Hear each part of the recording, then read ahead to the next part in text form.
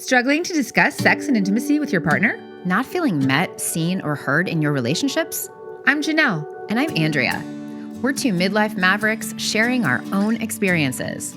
Messy AF and no regrets. With marriage, divorce, polyamory, and pleasure. We've learned that when you're brave enough to figure out what you want and ask for it, with partners, friends, family, and most importantly, yourself, you'll feel more alive and free. Question everything, especially your mother's advice. There's no rom-com formula for this, but don't panic. Being alone matters. Honey, I can't miss you if you don't leave. What if your breakup could be your breakthrough? Our podcast is for Bravehearts. Anyone who seeks or has found the courage to confront their fears and limiting beliefs about breaking societal norms in the spirit of finding their truth. If you're seeking permission to be brave in your relationships and want to feel less alone along the way, we got you.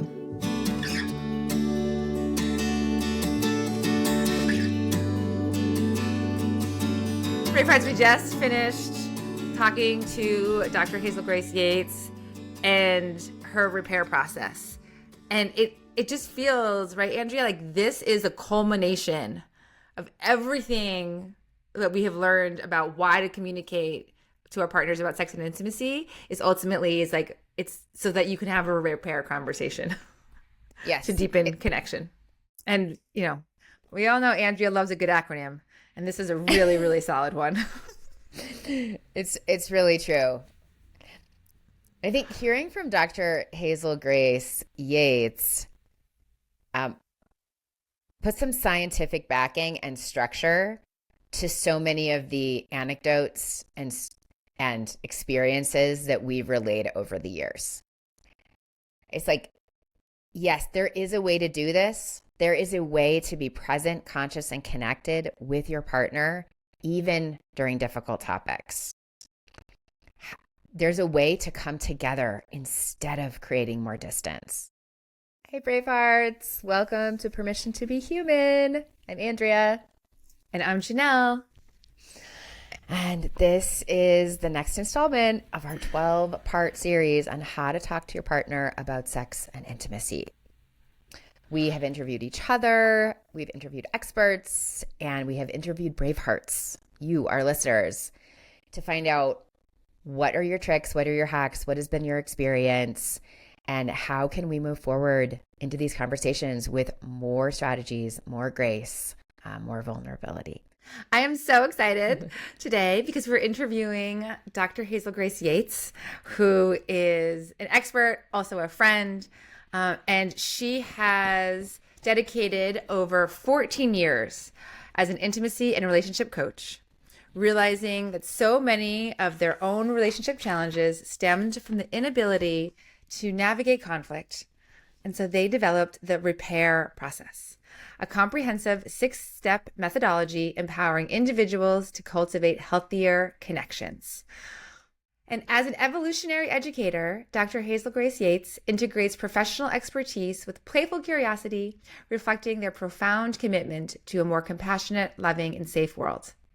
Dr. Hazel-Grace Yates has spoken on the TEDx stage, taught at the Esalen Institute, and has multiple certifications, including queer competency, trauma-informed somatic sex education, and a PhD in human sexuality.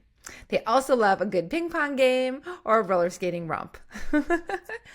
Thank you, Hazel-Grace. So glad you're here. Oh, thank you so much. I'm bubbling with excitement about this conversation. Awesome. Okay, so we will dive right in. And I think my first question for you is, like, what sometimes gets in the way of talking about sex and intimacy with your partner? Such a small, giant question. What gets in the way? I mean, the first thing that comes up is fear. How is my partner going to take the feedback that I have? Or how do I say it in a way that they're going to be able to hear it? Or is me bringing something out gonna cause another fight? Or is it gonna cause them to shut down? Or those are the ones that are just like right on top.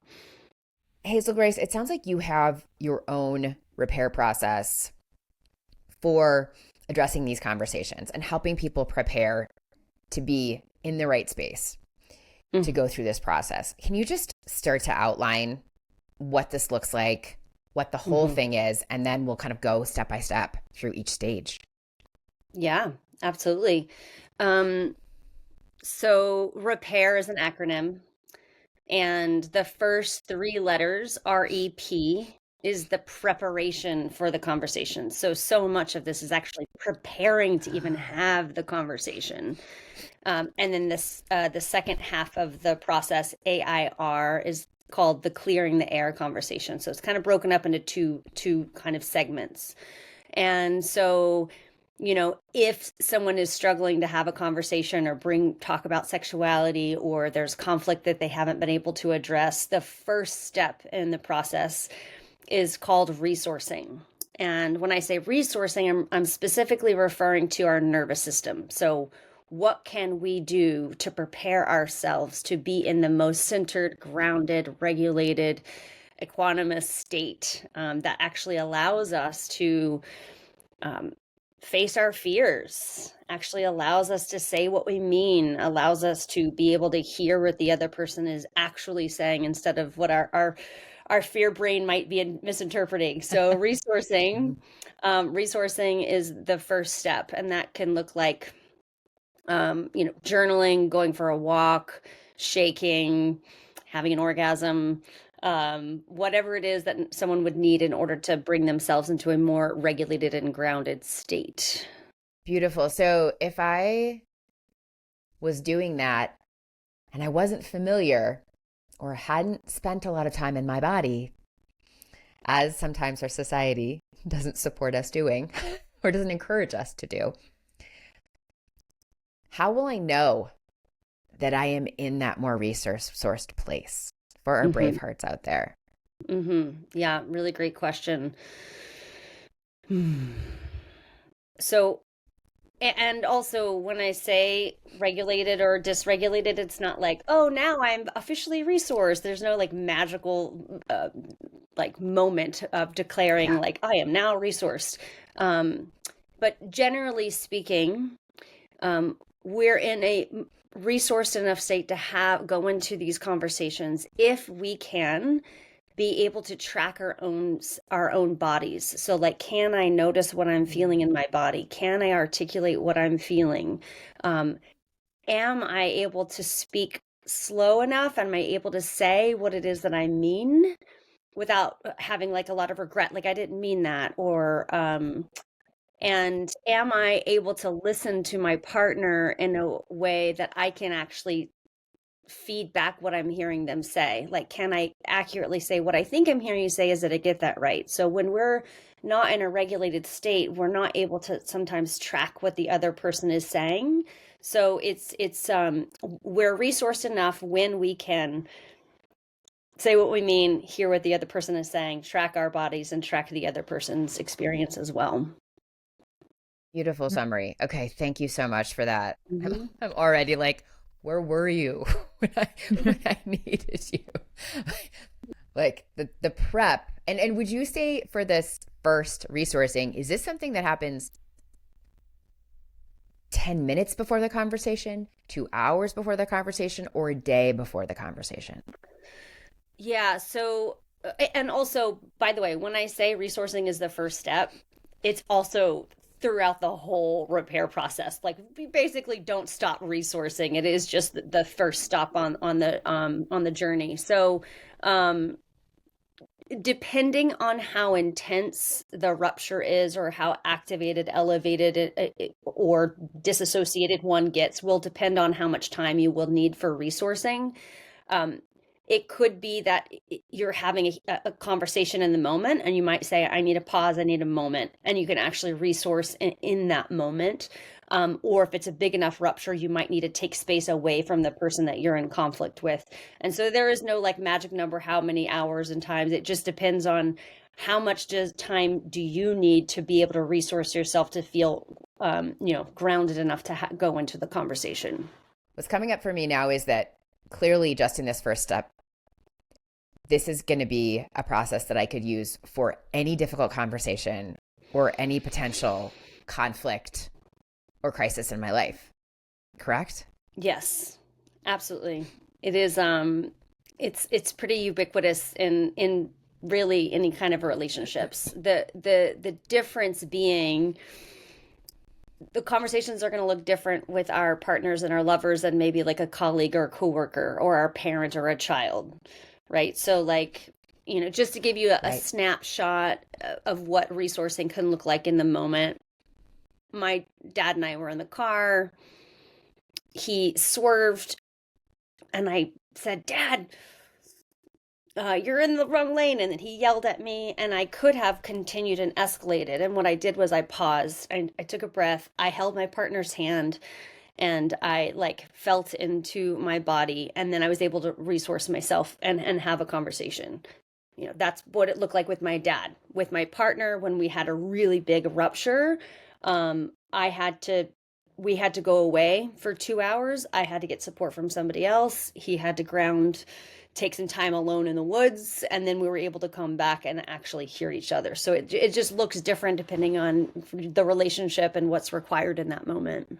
Okay. Let's move on to E. E. What does E stand for? E stands for empathy.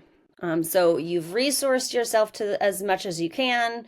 And then we explore empathy. And again, this step is done not with the person that you're in conflict with. So this is continuing preparation on your own. So empathy is for self and other. So it's saying, how can I have empathy for myself of what I just experienced? So, like, for example, if I felt frustrated with how my lover showed up, in bed last night. Like I felt like my pleasure wasn't being centered, or I didn't feel like my partner was listening to me. Empathy for self would be like, yeah, that makes sense. My pleasure is important, and it's valid that I want my pleasure to be prioritized or like cared about, right? So it's validating our own experiences. And then the empathy for other would be like, I wonder what might have been going on for them, such that they didn't, prioritize or center my pleasure. Like, maybe they don't know that my pleasure isn't being centered, or maybe they were, tired and rushing through it, or like being curious about what might have been going on for them. And the goal here isn't to fully get to like, oh, I totally have empathy for them before even going to the conversation. The goal isn't to like reach empathy. The goal is to be in that curious mind and like considering I might not have all of the information. And it's like being willing to say, kind of zoom out and say, there's multiple realities happening here, and being curious about, what might have been going on for the other person. So that's empathy, exploring empathy for self and exploring empathy for other. And so with empathy, what I'm thinking as I walk through my own empathy that I try to do with a partner is that I get a block because I'm like, no, but yeah, I get it. But, and so I feel like there could be just some resistance to that empathy, particularly if you're caught up in a story or if you're caught up in something that you didn't like the way that your partner did. And so are there any other techniques besides journaling that might help me get to empathy? Mm-hmm. Or get to a more, just a softer or more compassionate place? Mm-hmm. Yeah. Well, one place to look is what was going on for the other person when this thing happened, and looking at our physiological needs. For example, have they eaten food? Were they sober? Have they slept? Like, what was their state of being in the moment that happened? Were they hungry? Right? Because those things are basic needs. If those are not met, then we're not going to be showing up in our best. And I don't want people getting stuck and thinking that you have to get there. But even, even the practice of being like, what was going on for them can actually open or shift some things, even if we don't actually even get to the thing. It's like they've done brain scans of when you are even thinking of something that you're grateful for, it fires up that part of our brain, even if you can't even find something that we're grateful for. So it's like even practicing, like having curiosity about the other, even if you can't find something, can shift our brain into that more empathetic state. I'm curious, Hazel Grace, as far as, do you find people have a hard time in this one finding empathy for self? Yeah. What's interesting is a lot of people that I work with often are more, have more access and more practice and more have like a bias towards being able to have empathy for other. It's actually taking the time to empathize with ourselves. And so it's kind of like a two-part. It's we're validating our experience. Like, I am feeling frustrated, I'm feeling ignored, I'm feeling, all this, and like giving yourself permission to feel that. And then the other second part of that is offering compassion to ourselves. And so the way that I like to coach people that is, imagine a friend coming to you and saying that this is what they're experiencing. What would you say to them? Like, wow, that must be really hard, or that makes so much sense that you felt hurt or ignored. And so imagining what you would say to another person and like mirroring that and being like, yeah, it's valid that it feels sad and hurts that my partner is not prioritizing my pleasure, or whatever the thing is. Thank you for Janelle for asking about that. Cause I think I was like, oh yeah, interesting. And then I skipped right into the empathy for the other. Just Hazel Grace, to your point, right? Because I'm just like, oh yeah, myself, whatever. Like, because we're such a habit to focus on the other, or I guess not to take the time to really like be curious and say, okay, what do I need compassion and empathy for? And to stop any judging that might come up about that. And I'll throw in one other piece of value in exploring empathy for self here is when you can take the time to be intimately connected to what has been the impact on us. It actually allows us the clarity and the succinctness when it's time to share what our impact was later in the process.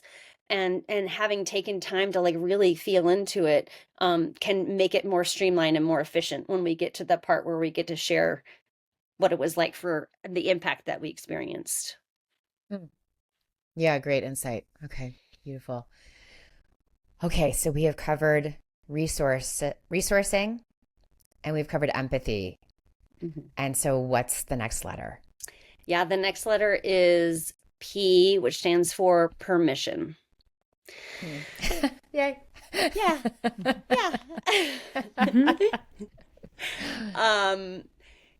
Like if we're wanting to talk to our partners about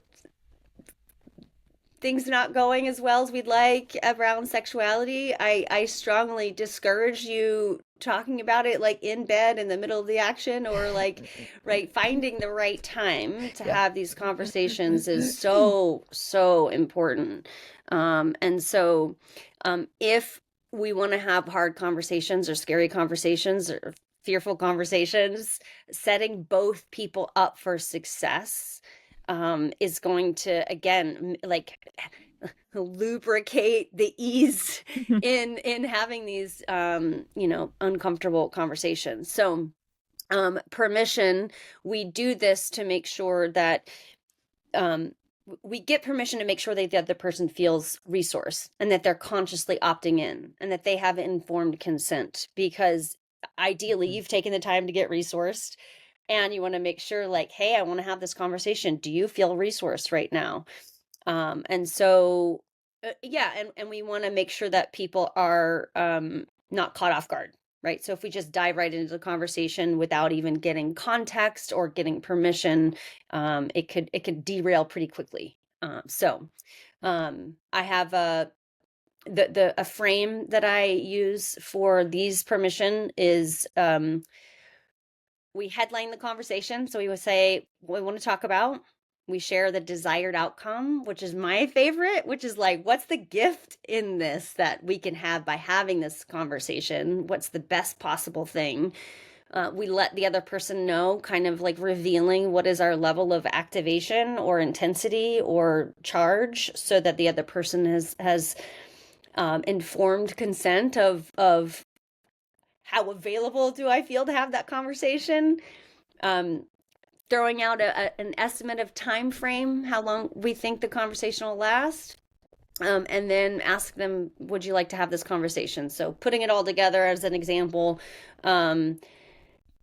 hey, I'd like to talk about how our intimacy went last night in service of us having like the most connected pleasure possible. I'm feeling tender and a little shy to have a conversation. I think it'll take 30 minutes. Are you open to having that conversation with me right now? So that would be an example of what it would look like. Great. Thanks for outlining that example, because it sounded complicated and then it actually was fairly smooth and fairly quick. Yeah. With lots of practice. Right.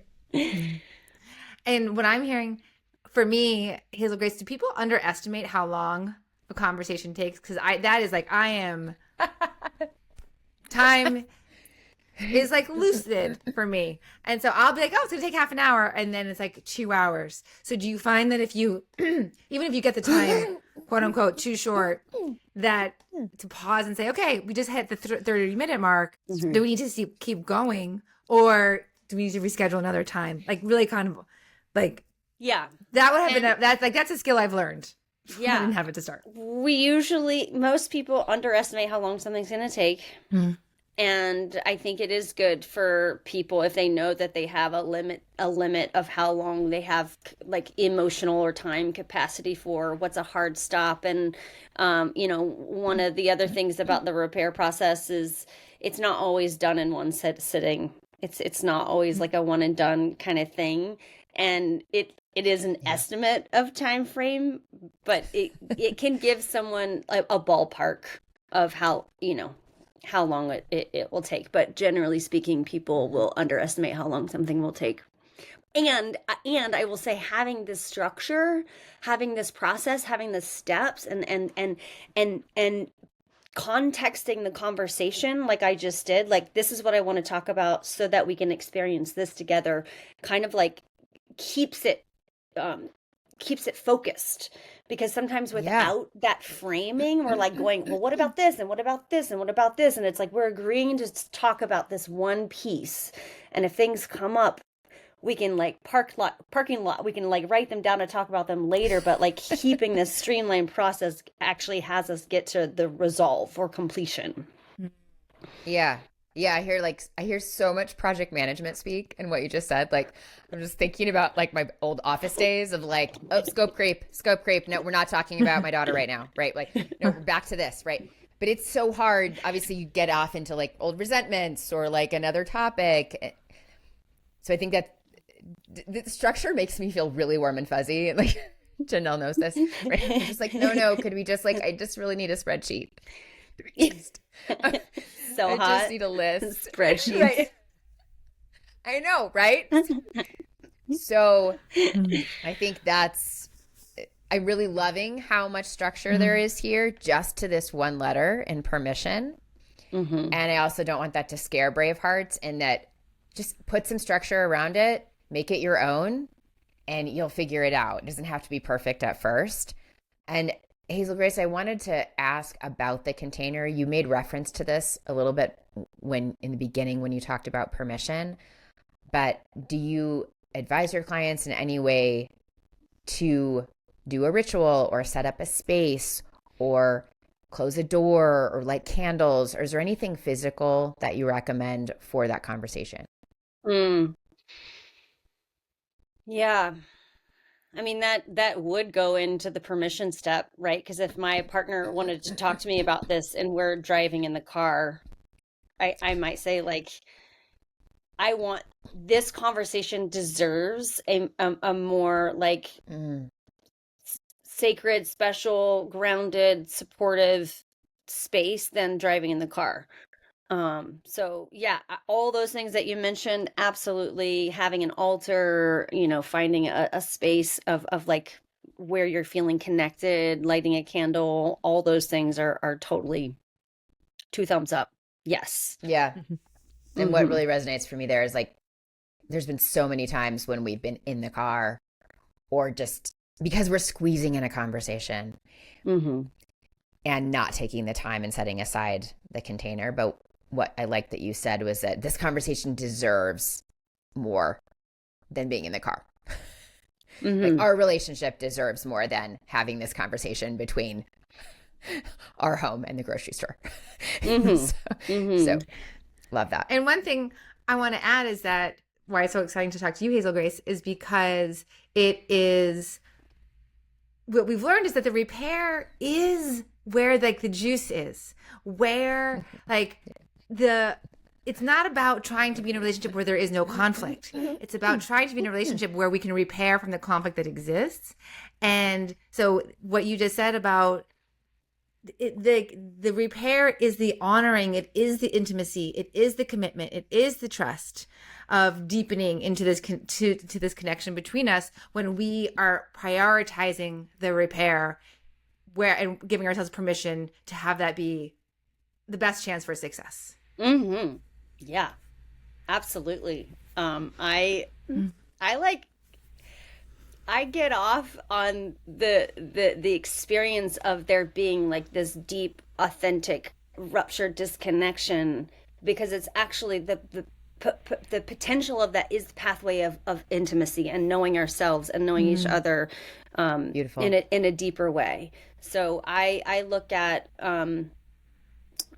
conflict as the concept that I like to offer is called generative conflict. So relating to conflict in a way that actually generates more trust and connection when we can do it in a way that's like relating to this seeming obstacle as like actually the pathway for us to know each other more deeply.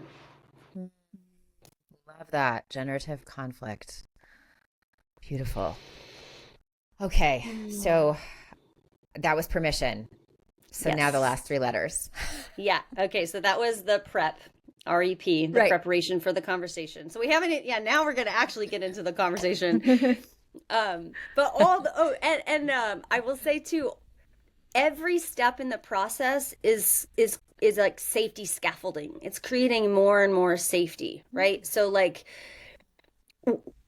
when we are getting to impact, which is the fifth step, that's going to be like the most vulnerable, kind of more intense. But the idea of each one of these steps is setting ourselves up to increase the chance for both of us to feel heard and really seen. And so the next step in the process, clearing the air, is acknowledge. Acknowledge is let's get on the same page about what happened. Let's focus on the what before we go into how we felt about the thing. And this is because impact is the fifth step. And impact is like, I felt this thing. I had this loss of opportunity, or like the impact. But if we're trying to share the impact on top of us being like, well, that's not what happened. That's not what I said. That's not what I remember.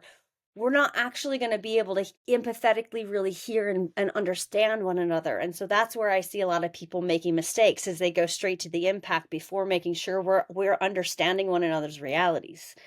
So that's why we do, let's get on the same page about what happened first. And this is also like one of the trickiest steps, because as it turns out, we all have our own realities. Totally. We all have our.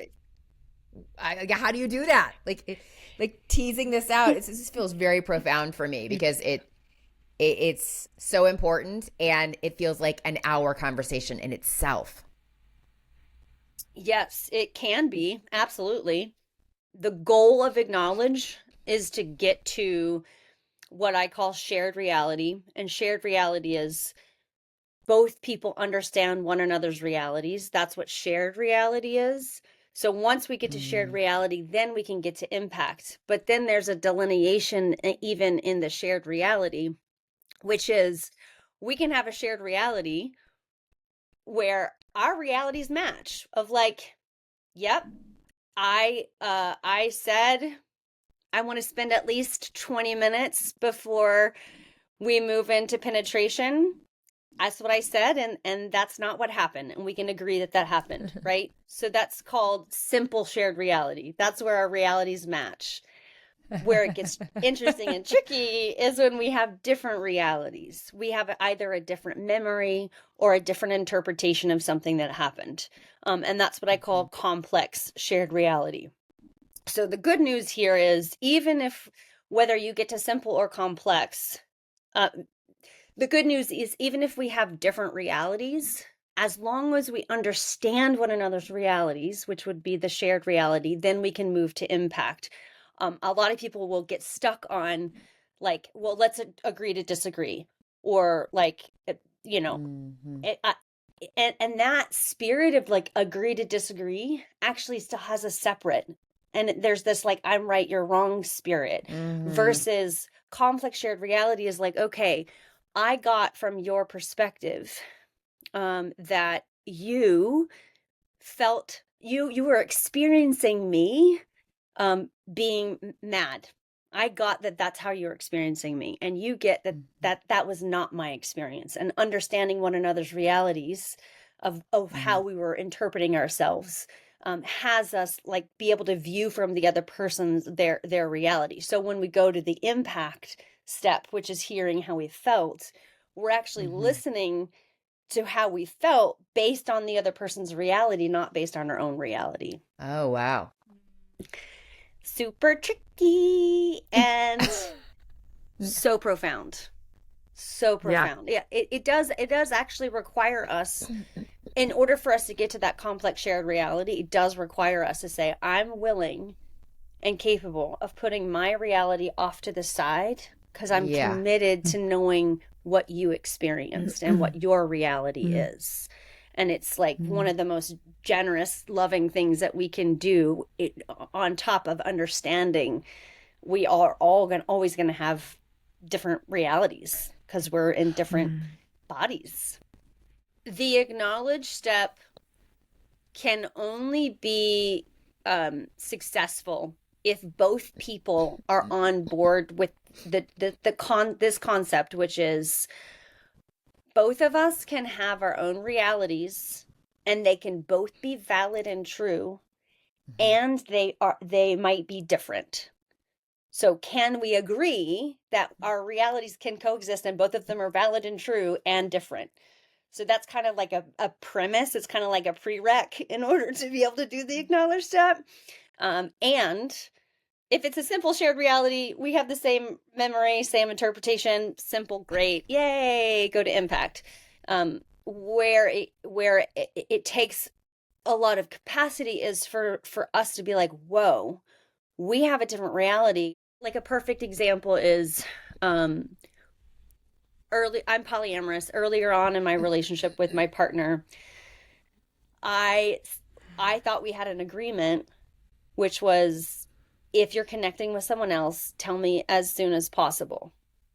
And he remembers, if we're connecting with someone, tell the other person within as soon as possible, within reason, or as reasonably as soon as possible.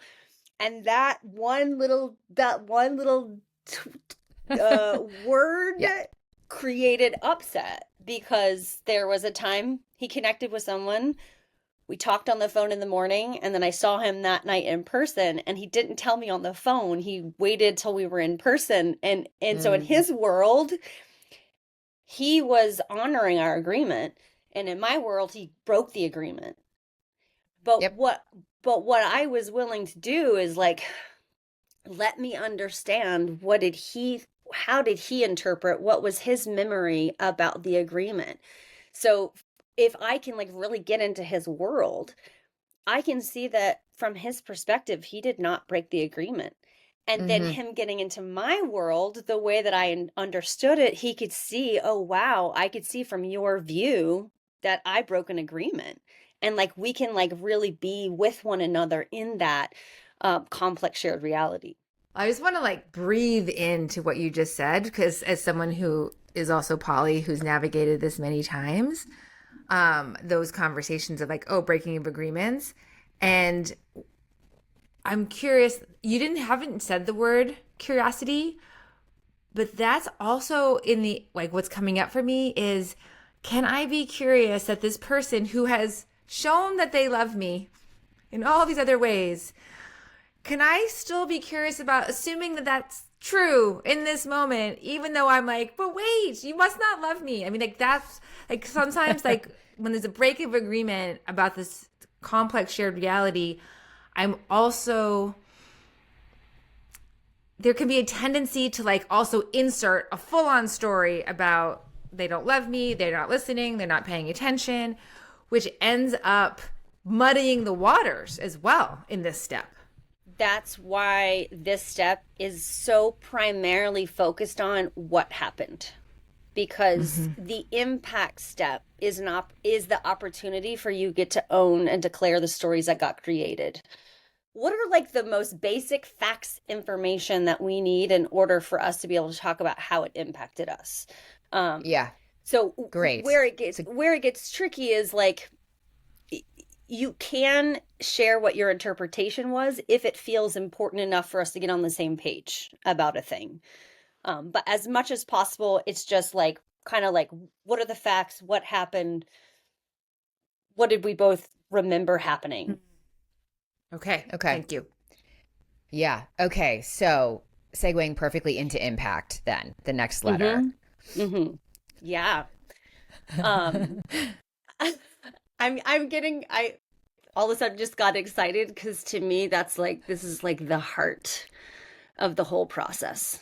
And like the richness of like really understanding what it was like for the other person. And again, every single step prepares us to create more and more and more safety, to allow ourselves to be like, okay, I'm really going to put myself in your shoes and hear what it was like. You know, and like I said, especially if it's complex shared reality, like this step really takes a lot of capacity and resourcing for us to like really get what it was like for the other person. So the impact is, it's very simple in concept. When this thing happened, the impact was. And the good news is we already agreed on, we already have an understanding of when this thing happened. The impact was this. Again, if you said when this thing happened and you haven't gotten to shared reality, then there's like another argument. So we've already done that. So when, like when you told me in person about connecting with another person instead of on the phone, the impact on me was feeling scared, like nervous that our trust has been broken, and shocked and surprised, right? And then and the gold here is when you share the impact, the other person does reflective listening. So what I'm hearing you say is, when I waited, you felt shocked, you felt like our trust has been broken. Did I get that right? And that is like so important and so powerful to hear that back. Also, to make sure we do reflective listening, also to make sure that we actually communicated what it was we wanted to communicate. So the reflective listening is like both, did I say what I meant to say? And also, did it land? Did they hear what I said? And so you do that until both people feel deeply heard around the impact. And there are multiple ways that we can be impacted. One is our sensation, our bodies, like my got clenched, or I got like heat in my body, emotions, angry, sad, mad, hurt, turned on, betrayed, sad, whatever, all the emotions. What stories got created? The story I made up is, you don't care about me as much as I care about you. Like Janelle was saying a minute ago. And then, was there any sort of loss of time, loss of money, loss of opportunity? And then the last one is reputation. Was there any sort of impact on socially, like on other people, or how was that? Yeah. So those are the different ways that we can be impacted. I'm just sitting Me too. with the wisdom. I need a moment to integrate. Yes. We have spent years and years like practicing, fumbling, being messy, and just to hear it in this really concise way, like, because this is obviously like a combination of various different tools that you've just been like, okay, and here's the thing, here it's threaded together. And I'm just like seeing in myself how many times the A and the I, the acknowledgement and the impact, got all mashed up into one big fucking ball, and no one can tell the difference. And so just tears and hurt and broken trust went on and on and on, and resentment. Agreed. And I think you really nailed it, Hazel-Grace, when you said agree to disagree is not really right. Because I'm just like, oh, we get there. Isn't that the right place to get when you don't agree about something in society, with friends, with parents? Like, agree to disagree. But it doesn't have a great ring to it. It doesn't make my body feel good. It's actually okay, there's a distancing that is created there. And so I really love that you're like, no, it's a little different than that. Yeah, the spirit and the energy of agree to disagree there's an against. You're over there and I'm over here. I'm not with you. But what instead, the shared reality is we're understanding one another, even if our realities are different. And it's the understanding that is distinct from agree to disagree. Okay, so what's the R? Okay, what's the R at the end? There's 5 R's actually.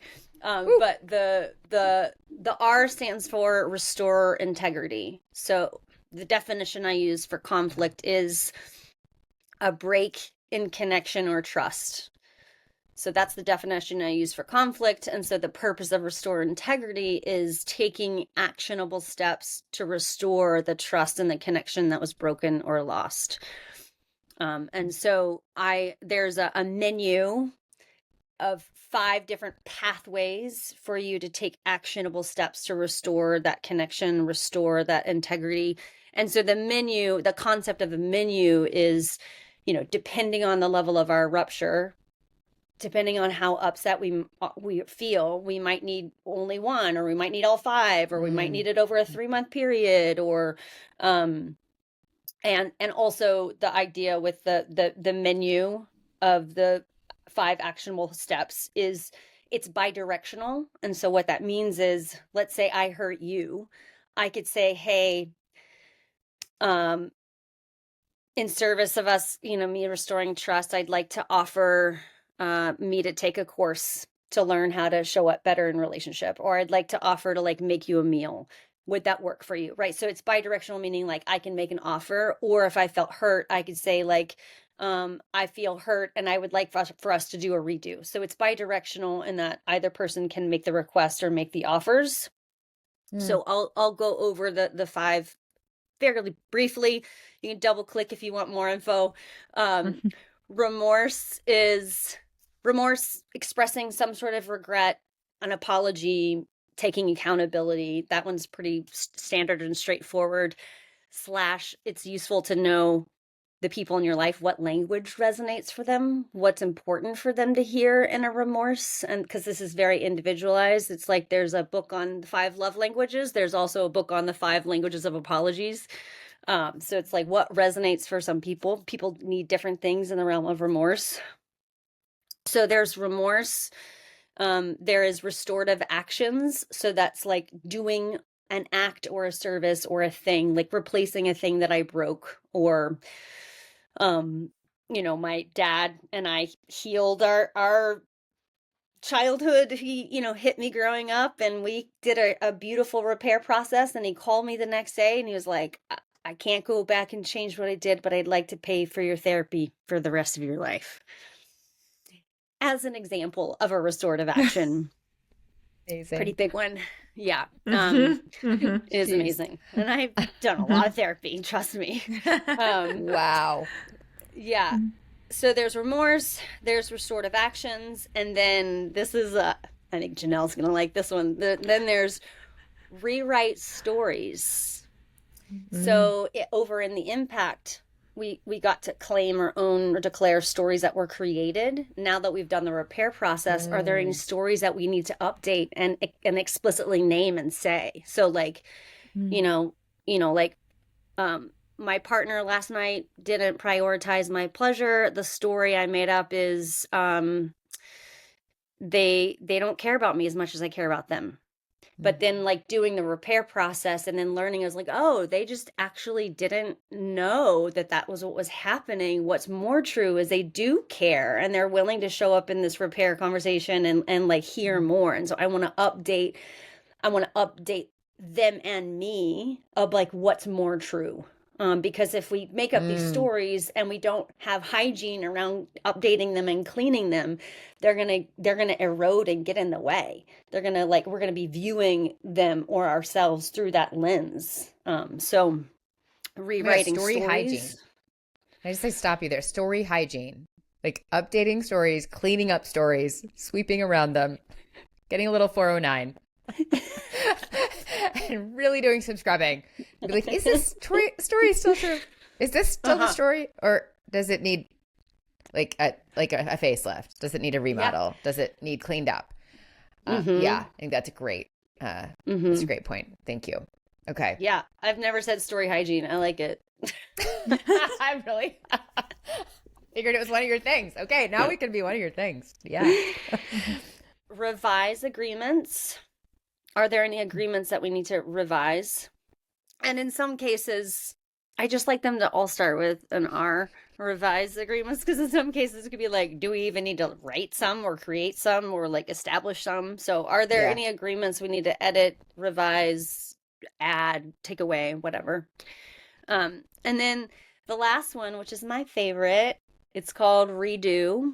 And redo says, now that we know what we know, if we could both go back in time, what would both of us have done differently so that that hurt wouldn't have happened? What have we learned from this? And what I really like about redo is while it's important for us to go backwards in time to like help restore that trust and that connection, it actually helps us create a path in the future of how we're going to show up better. And, you know, what's cool about our brains is there's a part of our brain that doesn't know the difference between visualization and mapping out how things work. And so it's actually like helping us rewire our neural pathways when we go back and we visualize them and like, okay, I would have said this and then this, you would have seen that. And like, actually, like the more that you can visualize and embody it or even reenact it, which is also an option, the more that it really like deepens and gives us a path and a map for moving forward so that we could potentially not have to have those hurts again. So the redo is what would we have done differently? Both people. Let's summarize the repair really quick. Just each letter. Yep. Okay. So the prep, the first 3 steps, we resource ourselves. So come into a grounded state as possible. And then empathy is exploring empathy for self and other, validating our own experience, having compassion for ourselves, and then empathy for others, like being curious about what was going on for them. Then when we feel resourced and have explored empathy enough, we go into the permission. I'd like to have a conversation about, in service of, I feel this level of intensity. I think it'll take this long. Are you open to having that conversation? So that's REP. And then that takes us into the clearing the air conversation. We start off with acknowledge. Let's get on the same page about what happened. Let's get to either a simple shared reality or a complex shared reality. And then we move into the impact. And how did that have us feel? What was the impact on us that we had that experience? And then reflective listening, making sure you're doing reflective listening. And then the 5th step is restoring integrity, which there's 5 different options: remorse, redo, restorative actions, rewrite stories, or revise agreements. Okay, thank you. So repair. I mean, this would set any person up for a beautiful conversation about any difficult topic, including sex and intimacy. Getting down to kind of where the rubber meets the road, do people actually sit with you, Hazel-Grace, and do you walk them through this conversation, or do you advise them and consult and then they go to do this on their own? I imagine both happens, but can they have you be present for these conversations? Mm-hmm. Oh yeah. Yes, and all of the above.